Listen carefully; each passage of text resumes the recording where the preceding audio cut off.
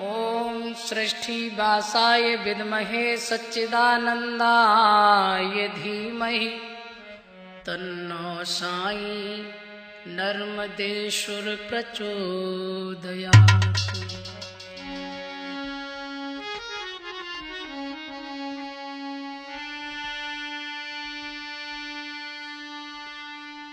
कि भारत माता तुम सुखदाता है, जगदाता नाम तुम्हारे मैं गुण गाती तुम्हें मनाती है, विख्याता अमित उदार।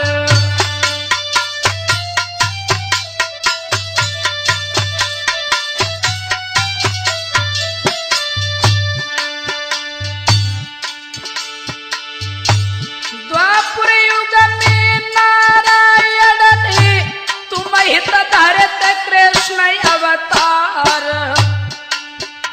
अरे मारे निशाचर कंसा विधि को दीनों भारी भार उतारी।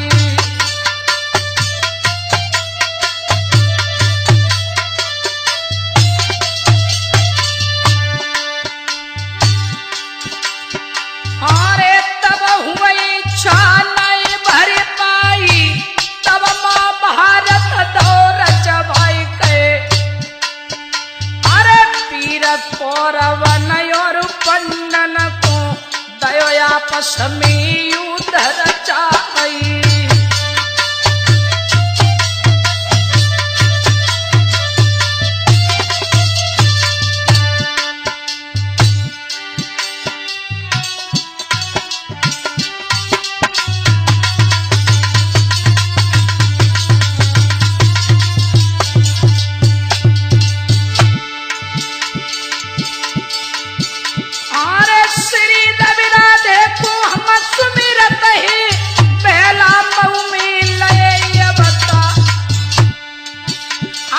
नर्मदेश्वर के सदा प्यारे सुनील चूमे चरण तुम्हारा।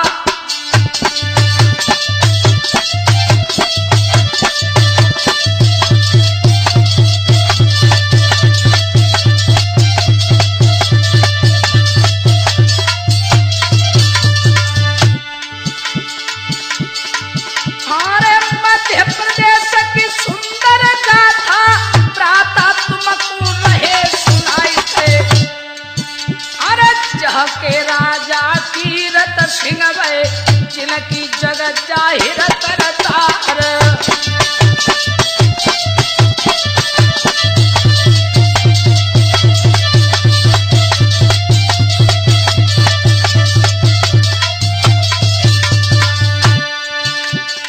ओ मेरे पूज्य गुरु रवि राधे धार में नैया अटकी है।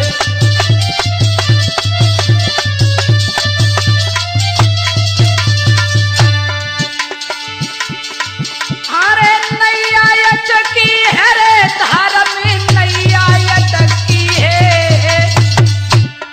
ओ मेरे पूज्य गुरु रवि राधे के भैया।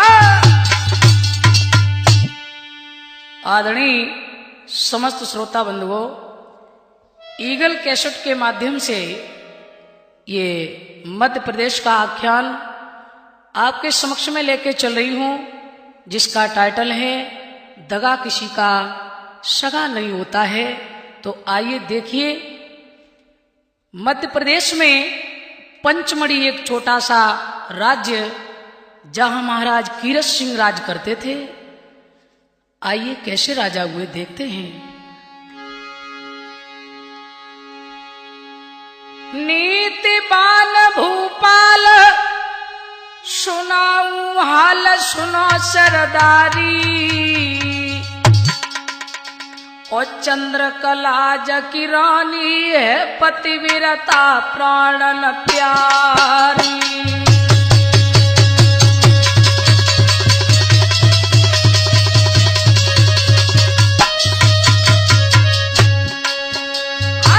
चंद्रकला जकी रानी है पतिव्रता प्राणन प्यारी।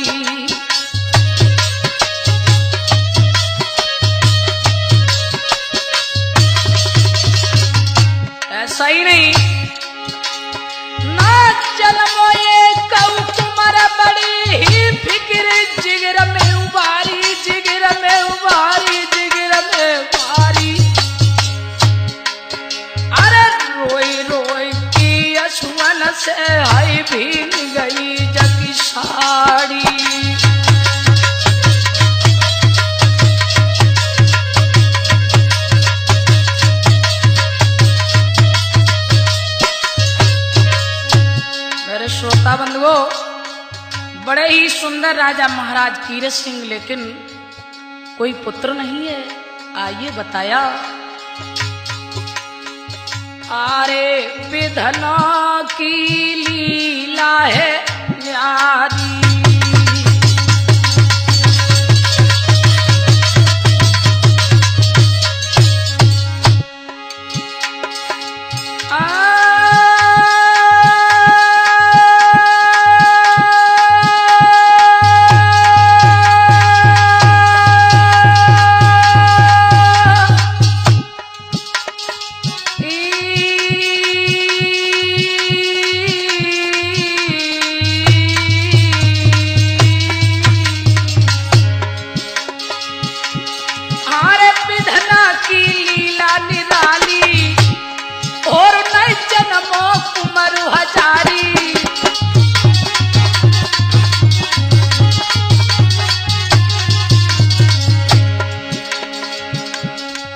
बताया।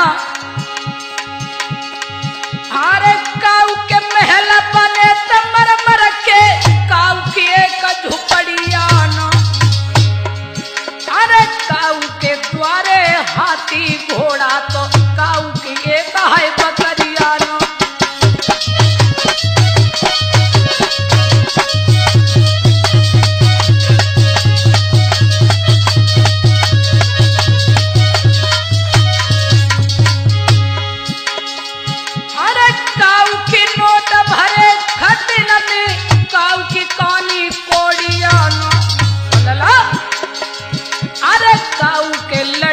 दस दस खेले भूप की एक छोरिया न।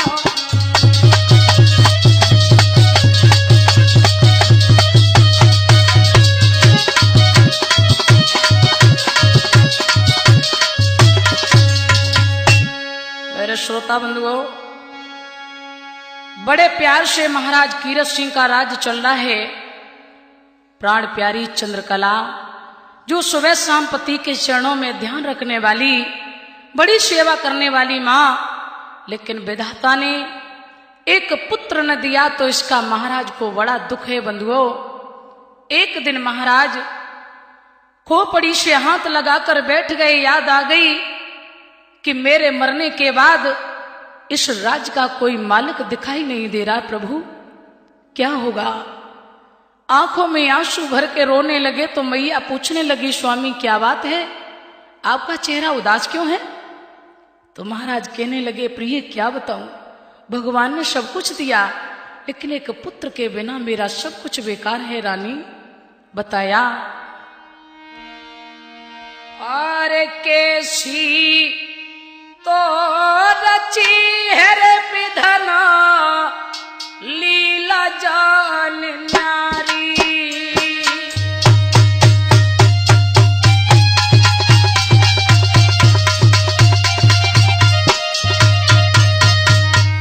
बोले अरे कैसी तो रची है रे विधना लीला जान नारी, मेरी प्राणल प्यारी रनिया की भई है गोद है खाली।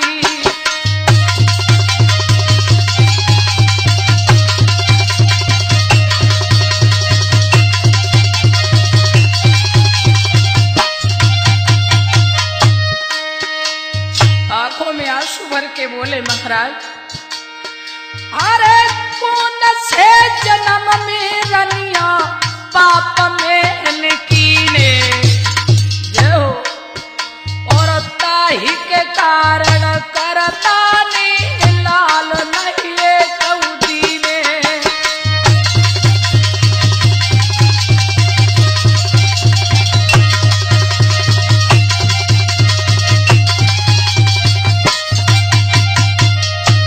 बोले मेरा हरे जो करम यार बेटी कछु करवाइले, परमेश्वर तुमने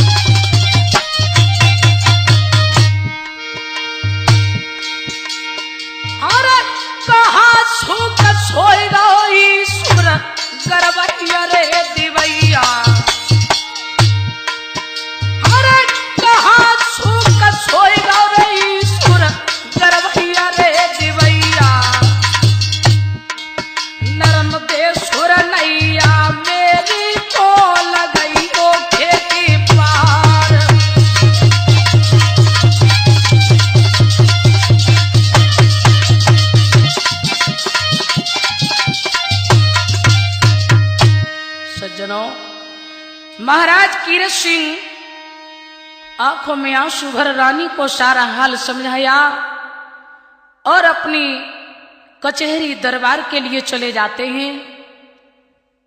मेरे सज्जनों, इधर मैया अकेली आंगन में बैठी और सोचने लगी, हे विधाता, एक पुत्र की खातिर मैं अपने स्वामी को खुश नहीं कर सकी। आंखों में आंसू भर रो रही, बोली, हे प्रभु, ये अंदर की गांठ विधाता ने नहीं खोली, नहीं तो मैं अपने स्वामी को खुश कर देती है नाथ। कि प्रभु तिने कैसी विपत्ति डाली, मेरी भयो न कोई लाल।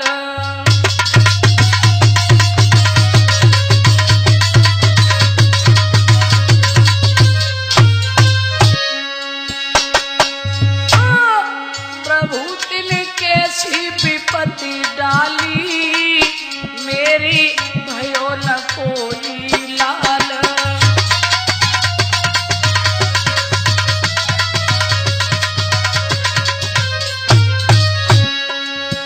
बोली, अरे घर सुनो मेरो अंगना सुनो, घर सुनो, घर सुनो मेरो अंगना सुनो, बेटा बिनय अब दुख मोई दूनो।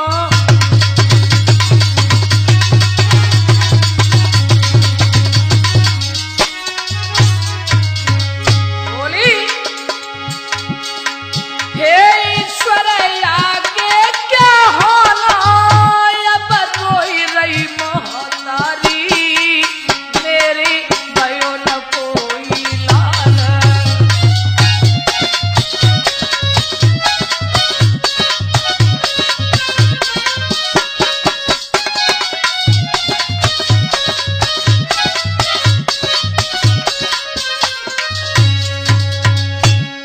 रानी आंगन में बैठी बिलख रही, पेट की बात किससे कहूं हे नाथ। कुछ समय के बाद दोनों ने भगवान से जब ध्यान किया तो प्रभु नर्मदेश्वर ने ऐसी कृपा की है कि मैया चंद्रकला जो थी, भगवान नर्मदेश्वर की कृपा से जब गर्भवती हुई मेरे बंधुओं, ऐसा ही नहीं, समय के साथ साथ जब 9 मास व्यतीत होने आए तो उसी समय कियो नर्मदेश्वर को ध्यान रे के सुन ले कथा यगारी।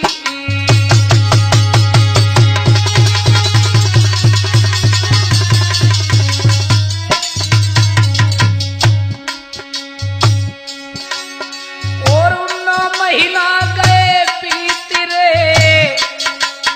अरे 9 महीना गए बीत रे, सुनो मेरे सरदारी।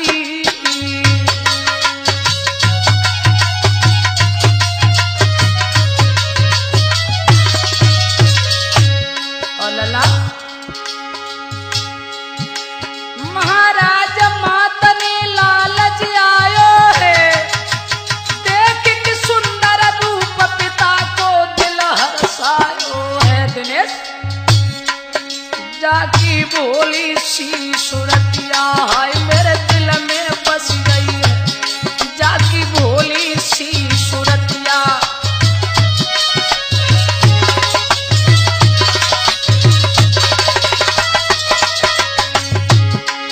अरे दिल में बस गई है, मेरे दिल में बस गई है रे लला, मेरे दिल में बस गई है, जाकी बोली सी सूरतिया। भैया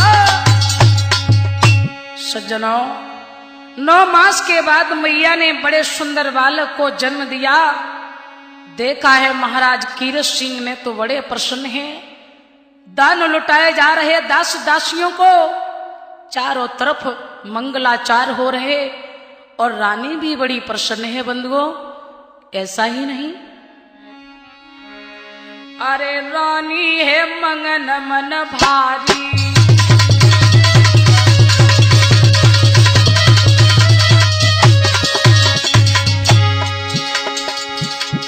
आ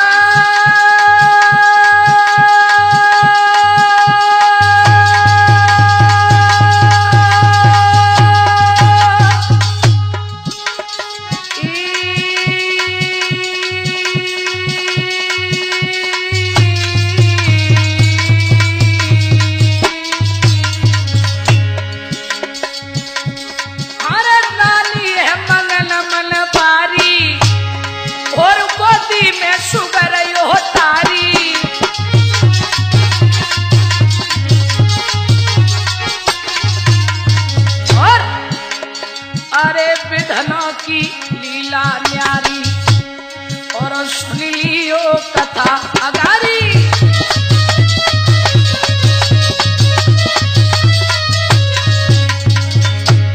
इधर तो अपने बच्चे को गोद में लेकर के मैया आंगन में घूम रही, उस बच्चे को बार बार चूम रही है। और क्या बताया विद्वानों ने, हर कोई तो दुखी बिना परिवार के, कोई परिवार से दुखी अपा।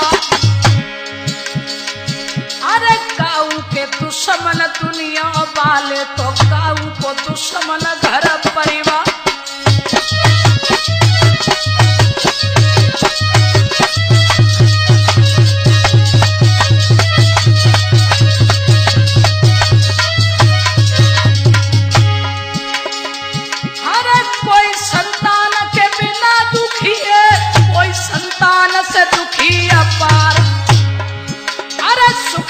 कोई न है जा दुनिया में तो दुखिया ही बस है सकल संसार।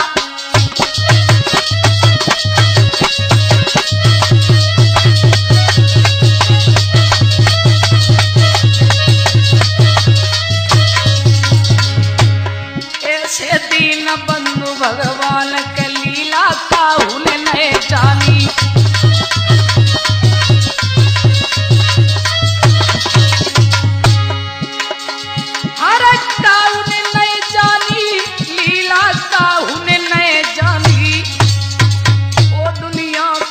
पालनहार नीति तेरी काऊ ने नहीं जानी।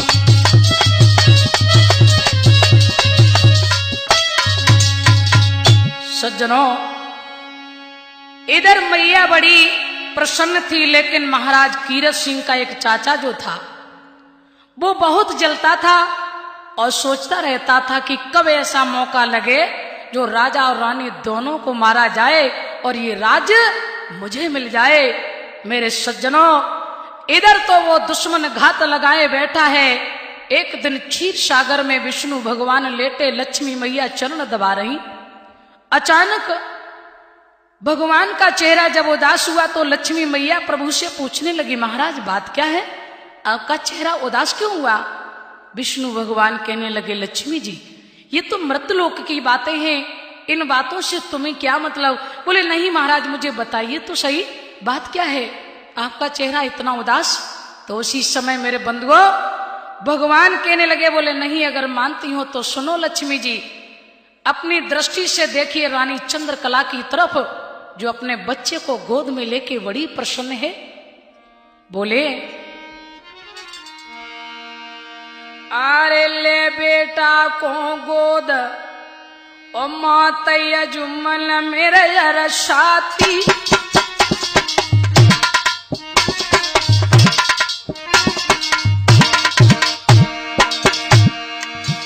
जय नए जीवन की खबर जिंदगी 2 दिन की बाकी। अरे जय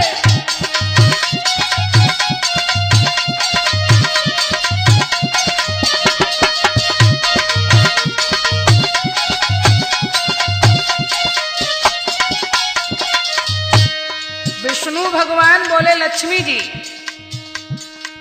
रानी और राजा दोनों का काल निश्चित है, इन दोनों की मौत आ चुकी है, इनके महल पर काल चक्र का घेरा पड़ चुका है। अब इसमें दुख इस बात का है कि ये दोनों तो मरेंगे, लेकिन इस बीच में जो छोटा सा बालक है ये बेमौत मारा जाएगा, इसे कैसे बचाया जाए लक्ष्मी जी? अरे बड़ी रही हमको है रानी। बोले अरे बढ़ रही हमको है रानी, जुए का साल को लला मोती जाऊ की बड़ रानी।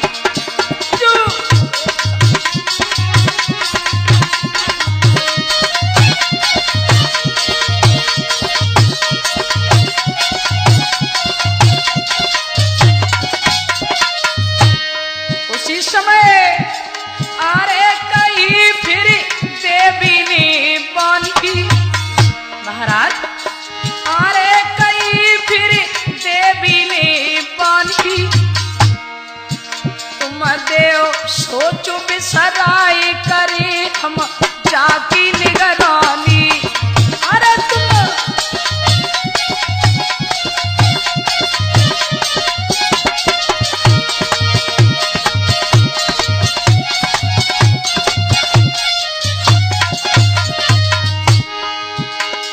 हारे बड़ी जकी अदफर में नैया।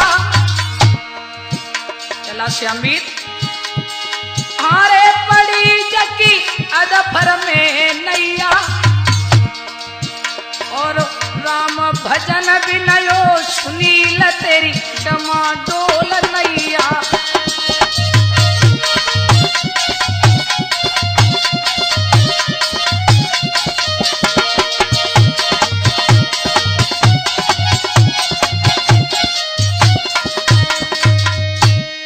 सज्जनों,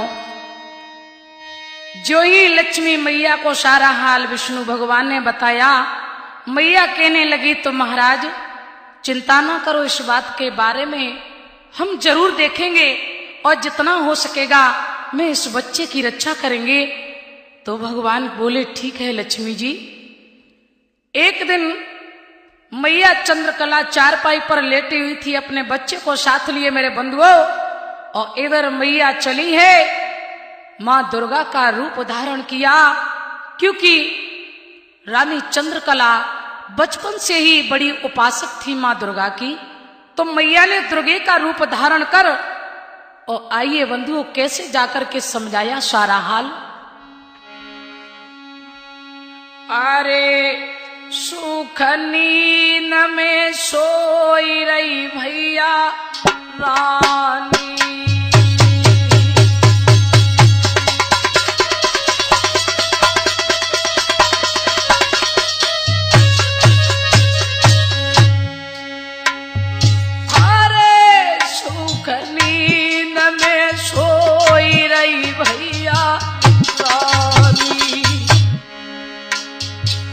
सपनों दे रही आदि रे भवानी।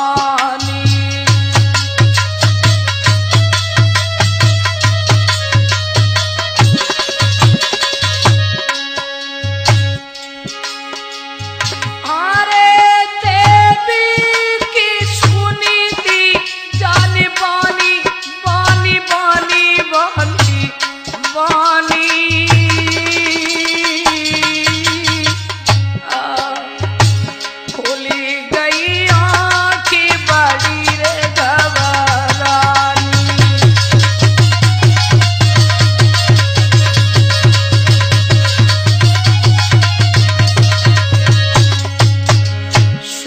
आकर के मैया ने जैसे ही सारा हाल समझाया कि तुम दोनों का काल आ चुका है और तुम्हारी मृत्यु निश्चित है, जितनी जल्दी हो सके इस महल को छोड़ के चले जाओ।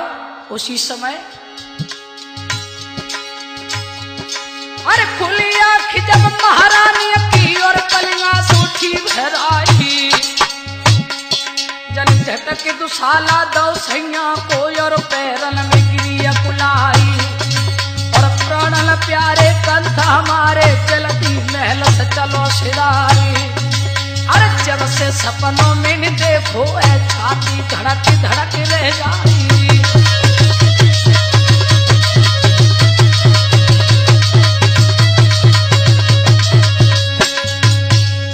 सज्जनों, रानी जागते ही अपने पिया के चरण पकड़ लिए और बिलखती हुई अपने महाराज से बोली, प्रभु आज मैंने बहुत गलत स्वप्न देखा, बहुत गलत स्वप्न देखा है। मेरे महल पर काल चक्र का घेरा पड़ चुका है। प्रभु मुझे मैया ने बताया कि जितनी जल्दी हो सके इस महल को छोड़ के चले जाओ। और क्या बोली, रोई रोई कहने लगी समझाई, पैर पकड़ ली ने महारानी। अरे साजन सुन ले बात हमारे, सपनों दे गई आदि भवानी। मैं मैंने पूजा करी थी सुबह और शाम, झूठो सपनों हमें न दिए।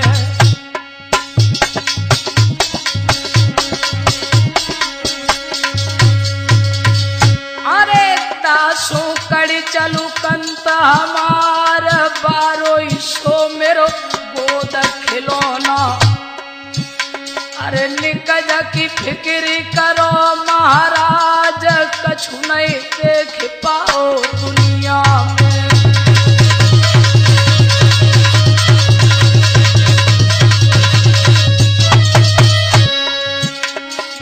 होनी होनहार बलिवान, प्रभु गति जाति नहीं जानी।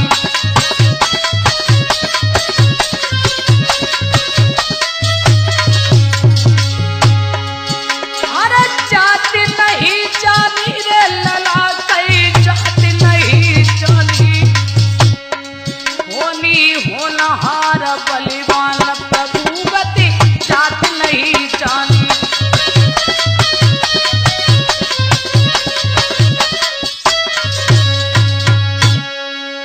मैया आलिया ने बात अपने महाराज से बोली, प्रभु इस महल को छोड़ के कहीं बाहर चलो, अगर मेरा बालक जिंदा बच जाएगा तो ये राज तो मैं दोबारा भी ले सकते हैं, इसलिए इस बच्चे की तरफ देखो, मैंने बहुत दिन के बाद ये बालक प्राप्त किया है, महाराज चलो ना। उसी समय मेरे सज्जनों, महाराज कीरत सिंह कहने लगे, प्रिय क्या पागल हो गई हो? एक जरा से स्वप्न के पीछे ये सारा राजपाट, सारा धनराम छोड़ के मैं बाहर चला जाऊं? अरे जिस यश कीर्ति के लिए, जिस राज्य और धनधाम के लिए इंसान सारे जीवन पैदा करता है, सारे जीवन, और फिर भी उसको ये इतना बड़ा मान सम्मान, यश कीर्ति नहीं मिलती, और तुम इस राज्य में ठोकर लगाना चाह रही हो? प्रिय ये बात मुझे स्वीकार नहीं है। सपने कभी अपने नहीं होते हैं, ये क्यों भूल गई हो रानी? मैया कहने लगी, महाराज तो मां मुझे झूठा स्वप्न नहीं देगी, मेरी बात पर विश्वास करो और इस महल को छोड़ के इसी वक्त चलो। राजा ने जवाब दिया, बोले रानी मैं ये बात में सहमत नहीं हूं। मां समझ गई तो कहने लगी, सुनो महाराज, मानो या ना मानो वो तुम्हारी मर्जी है, लेकिन इतिहास उठा के भी देख लो, त्रेता युग में मर्यादा पुरुष श्री राम भी आए और समय आने पर उन्होंने राज्य छोड़कर 14 वर्ष जंगल में व्यतीत किए। क्या वो इंसान नहीं थे? वो एक परमात्मा होके भी समय के साथ उन्होंने भी अपने को मोड़ लिया प्रभु, और इसी में आपकी भी भलाई है। रानी समझा के बोली, सुनो महाराज, अरे एक से एक बड़े दुनिया में और विपता ने बेऊ सताए, और अपने जीवन की खातिर बन खड़ में दुख उठाए।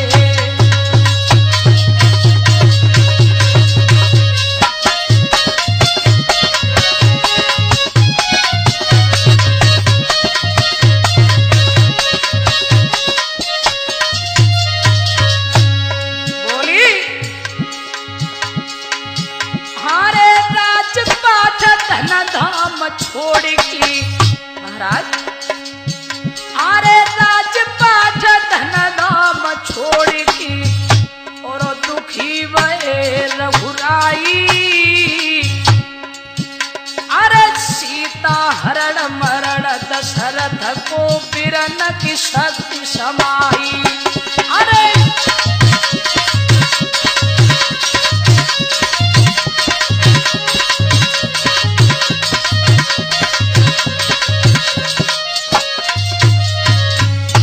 महाराज हर चोट पर सबिताई प्रभु फिर राजी, अरे लौटी अवध में आए, और अपने जीवन की खातिर अपन खड़ में दुख उठाए।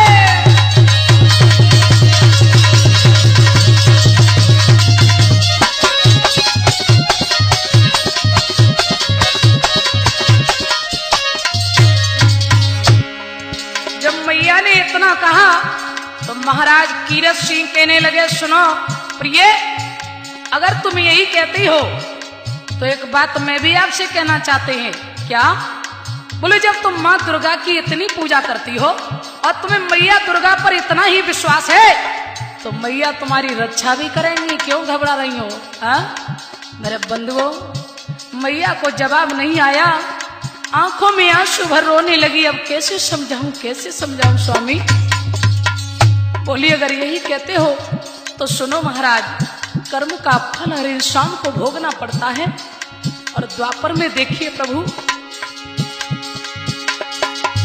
हरे श्री कृष्ण भगवान सदा रहे लला और पंडन के हितकारी, अरे कर न सके कछु जतन, विपन में विपत्ति पड़ी अति भारी।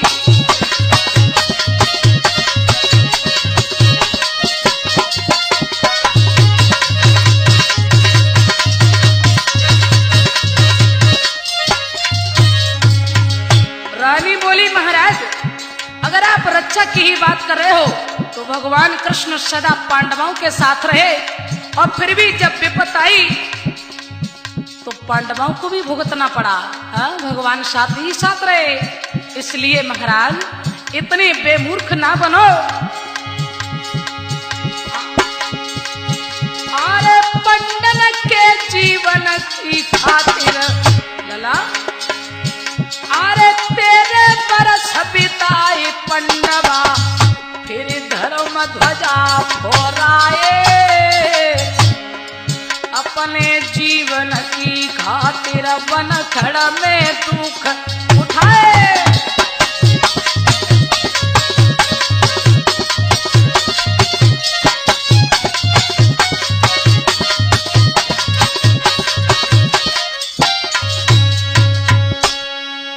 महाराज ने जवाब दिया, बोले, मैं इन झूठी बातों में विश्वास नहीं करते, ऐसे स्वप्न के पीछे मैं राज छोड़ के रानी नहीं जाऊंगा।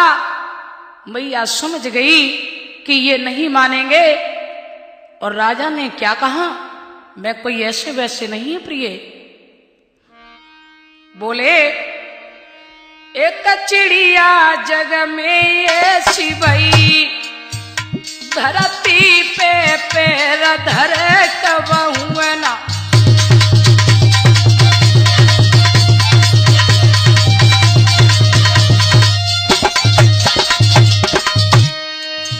बोला, एक चिड़िया जग में ऐसी भई, धरती पे पैर धरे कबहू ना,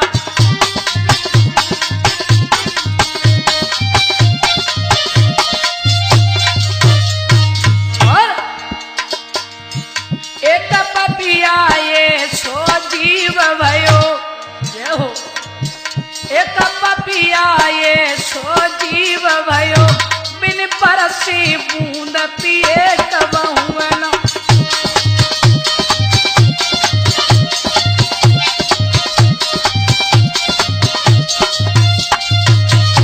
और अरे सूरज तीरण में चढ़ के लला, अरे सूरज तीरण में चढ़ के प्राण की आस करे कबहू ना,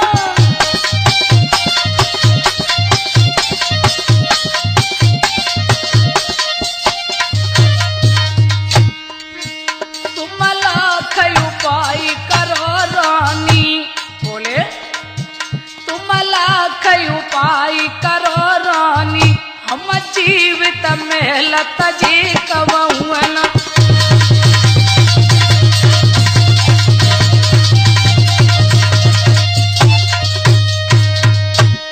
रानी समझ गई कि महाराज नहीं मानेंगे, बड़ी दुखी है बंधुओं। और उसी समय अपनी बांधी चंपादे को बुलाया और चंपादे को समझाया है कि बहन, सारा हाल मेरे पिया मेरी बात तो नहीं मान रहे बहन, और मुझे माँ ने स्वप्न दिया है कि मेरा काल आ चुका है। तू ये काम कर बहन, मेरा ये छोटा सा नन्हा बालक जो है, इस बालक को तू बहन ले जा, मेरे पुत्र को बचा ले बहन। बोली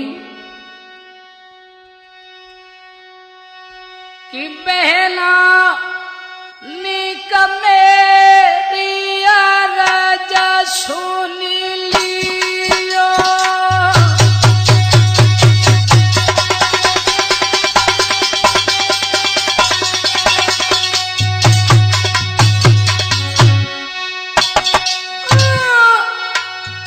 गुइया निकमे रिया राजा सुन लियो,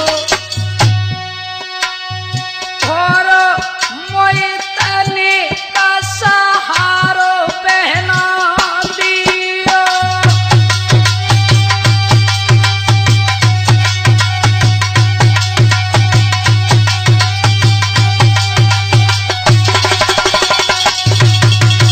बोली आंखों में आंसू भर के बहना, मेरे दुश्मन भाई परिवारी बेली सुनो, बेली कहूँ परदेश न रमी जाइए।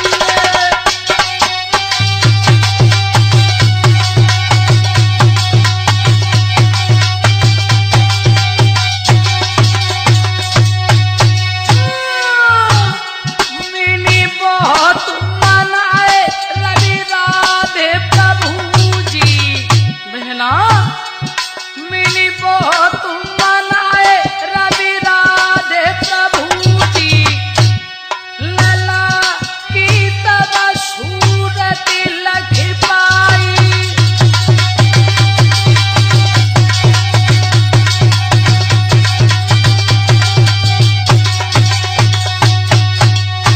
और क्या बोली, अरे बहना सुन लिए कान लगा,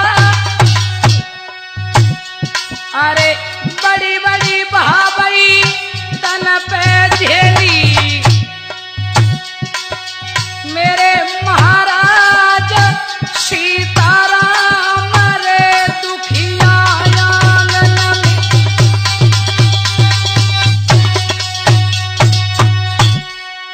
रानी ने बांदी को बुला करके समझाया, बहन इस बालक को ले जा और इतनी दूर ले जाना जहां कोई मेरा दुश्मन नजर ना आए बहन, और जब तू इस बालक को पाल के सयाना करेगी तो ऐसा ही नहीं, मैं तेरे लिए बहुत कुछ करूंगी। और क्या बोली रानी समझा के, सखीरी हम तो ही समझावी, बेटा सौंपी रही तेरे हाथ,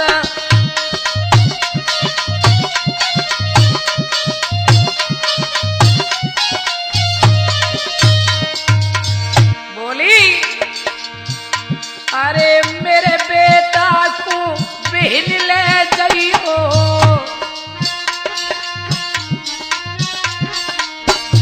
अरे मेरे बेटा को बहन ले जाइयो, काऊ दुश्मन की नजर न आइयो।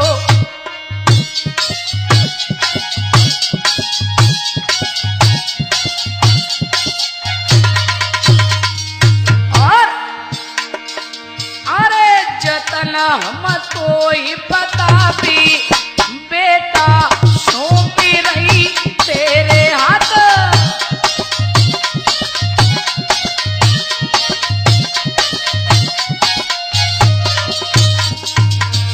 और क्या बोली रानी, बहना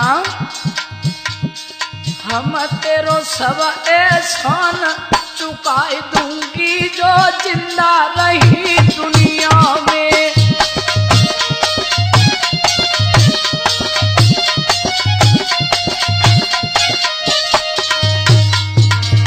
बहना अगर जीवित रही तो इस एहसान के बदले इतना दूंगी कि तू जीवन भर उसे रख नहीं सकेगी।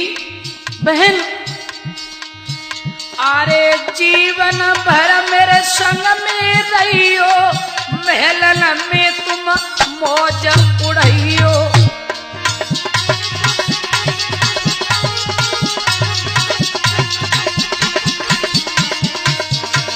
और अरे जेवर से तो ही सजाए दूं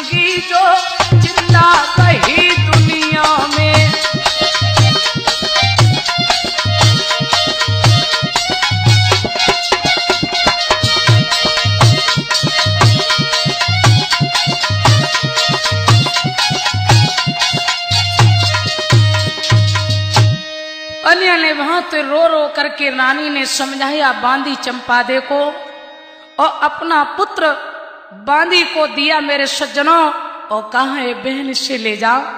मेरे बंधुओं मैया रोती रह गई, अपने बालक को वहां से विदा कर दिया। रानी मैया चंपादे उस बालक को लेकर के जब चली है तो महाराज का राज्य बहुत बड़ा था।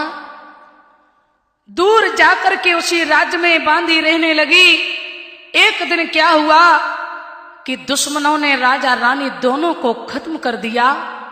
चारों तरफ नगर में ये शोर हो चुका था कि राजा रानी दोनों मार दिए गए। अब दुश्मन उस बच्चे को ढूंढ रहे हैं। तो बांदी को जो ही खबर मिली, बांदी सोचने लगी अब इस बालक को लेके कहां जाऊं प्रभु, कहां जाऊं। सोचने लगी, मन में सोच खड़ी फिक्र है बड़ी कहां को जाऊं। अब कौन जतन से गिरधारी बेटा के प्राण बचाऊं।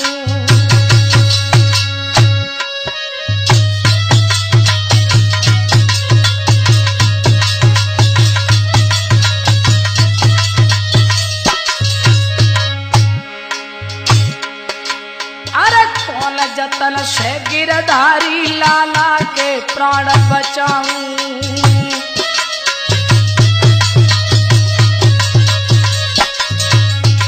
बोली अरे अपना कोई न दिखाई समझ न आई कहाँ छिप जाऊं, कहाँ छिप जाऊं। हमले बेटा को पाल रे चाहे भीख मांग के खाऊं। हमले बेटा को पाल रे चाहे भीख मांग के।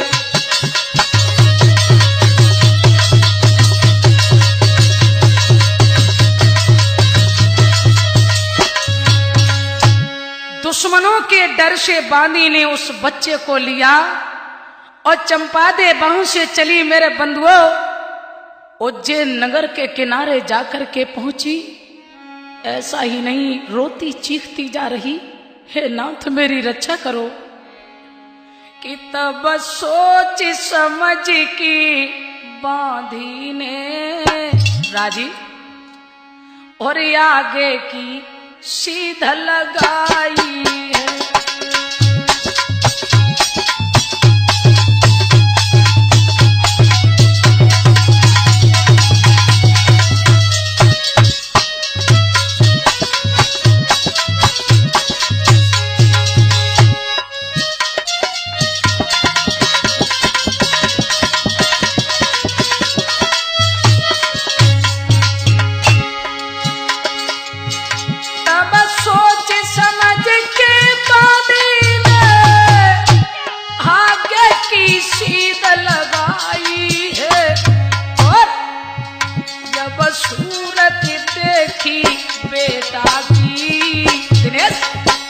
जब सूरत देखी बेटा की तब लीनो कंठ लगाई है।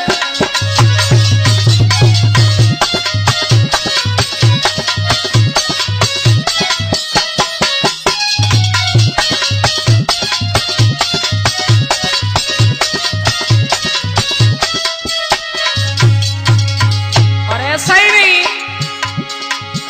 अरे मांगत खात बढ़िया के पीछे ना नजर घुमाई है। और अरे रात दिनों की मंजिल में, अरे रात दिनों की मंजिल में उज्जैन नगर गई आई है।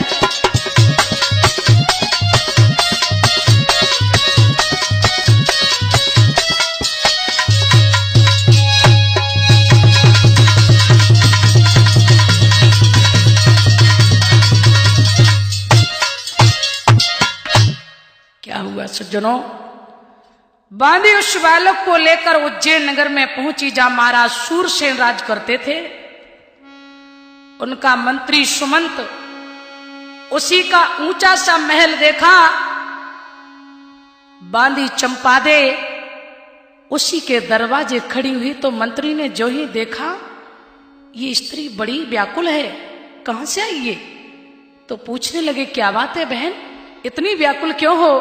बांदी कहने लगी भैया मुझे अपने यहाँ ठहर जाने दो, मेरे पीछे दुश्मन लगे हुए हैं, मेरे बच्चे को मार डालेंगे, मेरे बच्चे की रक्षा करो भैया, अपने यहाँ ठहर जाने दो।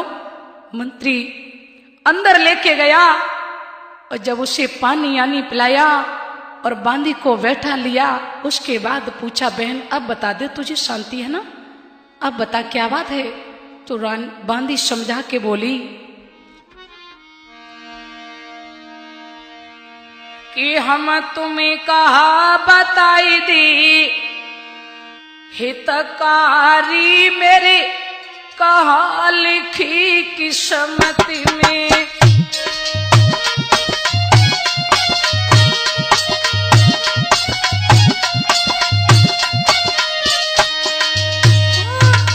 हम तुम्हें कहा बताई दी हितकारी मेरी कहा लिखी किस्मत में।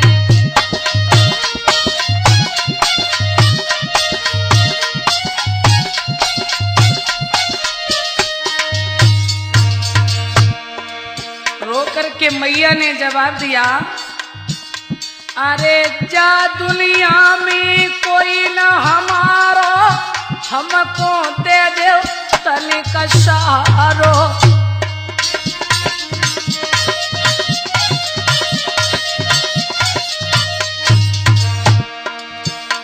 मेरे छूट गए सब परिवारी जनी कहा लिखी किस्मत में, मेरे छूट गए सब।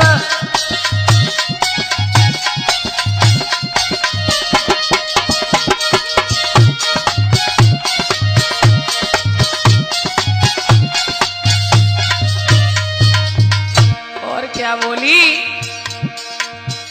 अरे मेहनत करी करी करी गुजारो तो पल जाबे लला हमारो।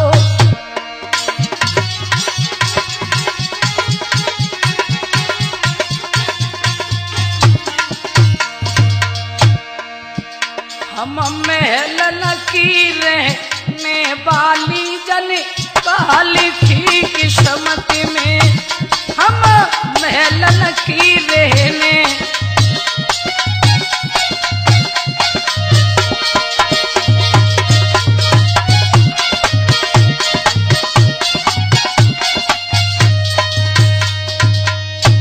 मेरे बंधुओं सारा हाल चंपा दे ने बताया।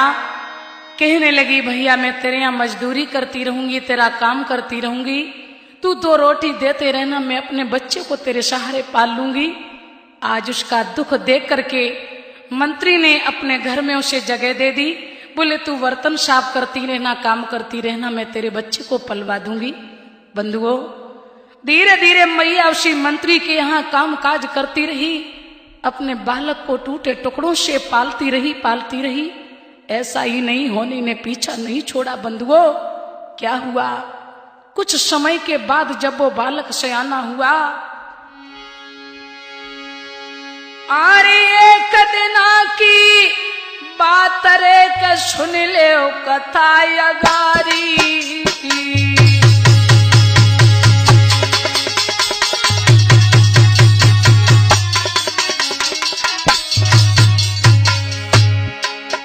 अरे अपनो बालक जान कुमार को, अपनो बालक जान कुमार को पाल रही थी मोहतारी।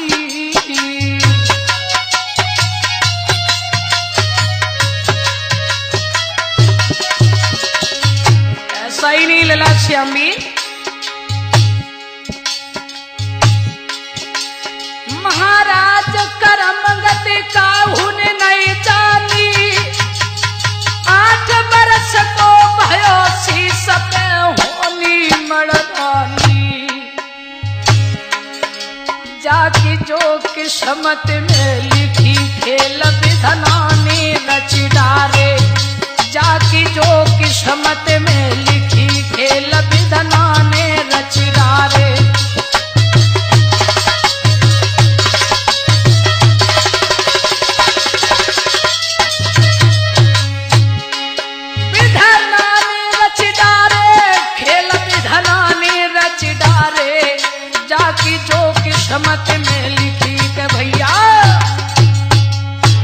सज्जनों, पुत्र जब धीरे धीरे 8 वर्ष का हुआ, इधर मंत्री सुमंत जो था उसके एक पुत्र और पुत्री, पुत्री का नाम है विश्वा और पुत्र का नाम है मदनपाल। उस लड़की का जब जन्मदिन हुआ तो अपने गुरुदेव उद्दालक मुनि को बुलाया। बंधुओं, चारों तरफ खाना पीना सारी व्यवस्थाएं चल रही, उद्दालक मुनि वहीं बैठे हुए, इधर दासी का पुत्र भी खेल रहा है। सज्जनों, जैसे उस बालक की तरफ निगाह गई है, मुनिवर ने देखा कि ये बालक तो बड़ा होनहार लग रहा है। जब उस बच्चे की तरफ गुटगुटा के देखा, कभी उस पुत्री की तरफ गुटगुटा के देखा, तो मंत्री पूछने लगा, महाराज बात क्या है? कभी आप पुत्र की तरफ देख रहे, कभी मेरी पुत्री की तरफ देख रहे हैं, इसका कारण क्या है? महाराज कहने लगे, बोले ये बताइए ये बालक किसका है? बोले महाराज ये हमारे यहाँ एक दासी जो है ना, एक नौकरानी है, ये उसी का बालक है। उसका बालक? हाँ। क्या महाराज कोई बात है क्या? बोले हाँ, इसकी हस्तरेखा और मस्तरेखा तो बड़ी सुंदर है, ये ऐसा लग रहा है कि कोई राजकुंवर हो। और क्या बोले लला राजीव? अरे देख कुंवर को हाथ और सोच रहे मन मेरे तपधारी,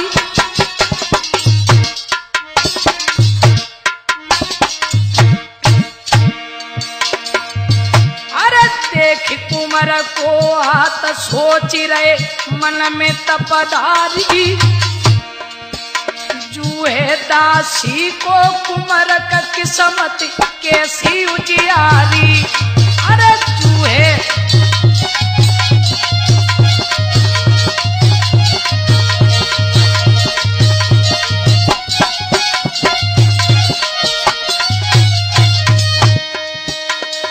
जो ही मंत्री ने कहा, तो महाराज कारण क्या, बात क्या है, मुझे ये बताइए।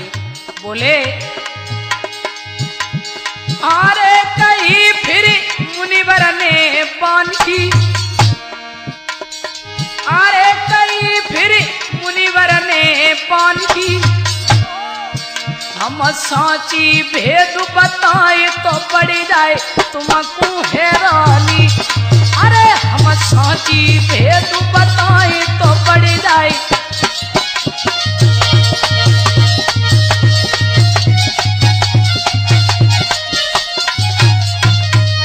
बोले क्या? अरे लली तेरी रूप की अति प्यारी, हाँ, अरे लली तेरी रूप की अति प्यारी, जाई को दूल्हा पले पले तेरी बिटिया घर वाली, जाई को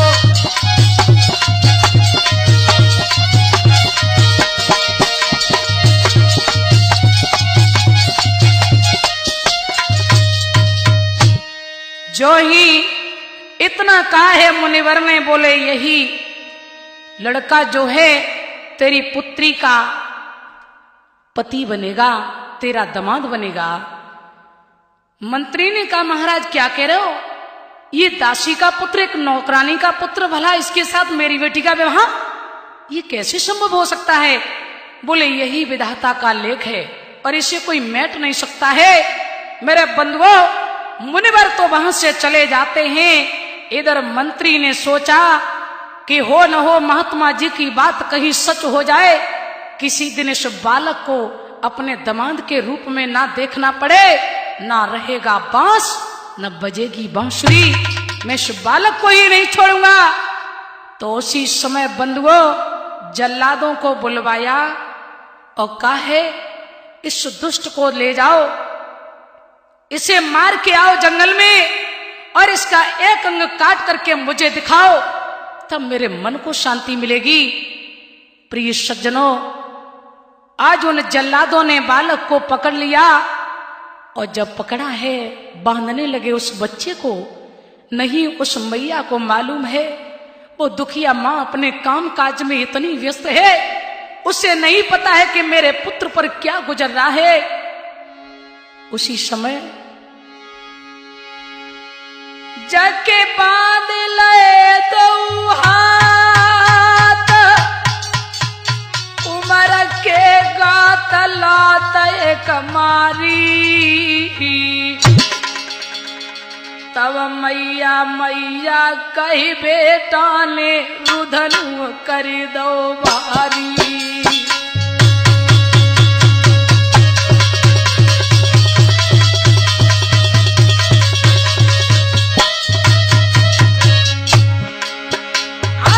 मैया मैया कही बेटा ने रुधन कर दो वाली।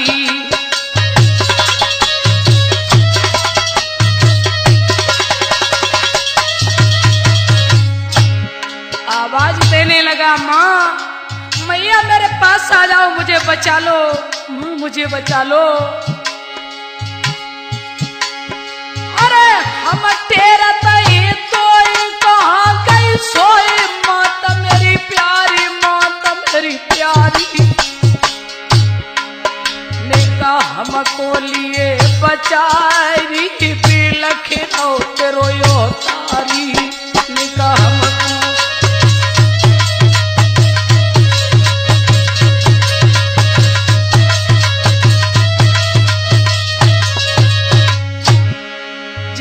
अपनी माँ को आवाज लगाई है, उस बालक ने मेरे सज्जनों मैया जहां बर्तन साफ कर रही थी, कान में झलक पड़ी कि मेरे कलेजे के टुकड़े को किसने सताया। एकदम भाग पड़ी वो दुखिया और देखा है तो कुछ दृश्य ही दूसरा था बंधुओं। अरे सुनी खबरिया जब मैया ने दुश्मन बांधे लला हमारे, सोई बेटा बेटा कई के भागी जल्ला धन ढिंग पहुंची जाई। आज बंधो कुमर मैया ने देखो एकदम छाती लौट लगाई, और मैया बेटा दोनों बिलखी अपनों कोई न पड़े दिखाई। और भर डिडकारी बेटा रोवे गले में बैया लई थी फसाई, और तोलो दुश्मन झटका दीनो और मैया को तो छुटाई। तब मूड मार दो तो धरती से कदम छोड़ी दई डिडकार। हम घर की मारी बाहर भागी, दुश्मन बुई दुख पड़ो दिखाई। अरे काऊ जतन से यो गिरधारी, मेरे बेटा को लियो बचाई।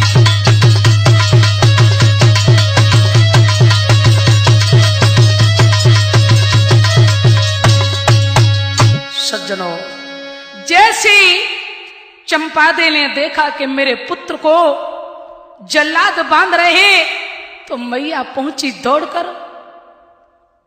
और सज्जनों, जल्लादों से गिड़गिड़ाने लगी, मेरे बालक को छोड़ दो, मेरे बालक को छोड़ दो। मैं तो वैसे भी बड़ी दुख की मारी हूं, इस बालक को टूटे टुकड़ों से पाल रही हूं। मेरे पुत्र पर ऐसी कौन सी भूल हो गई जो मेरे पुत्र को तुम मारने जा रहे हो? मेरे बालक को छोड़ दो।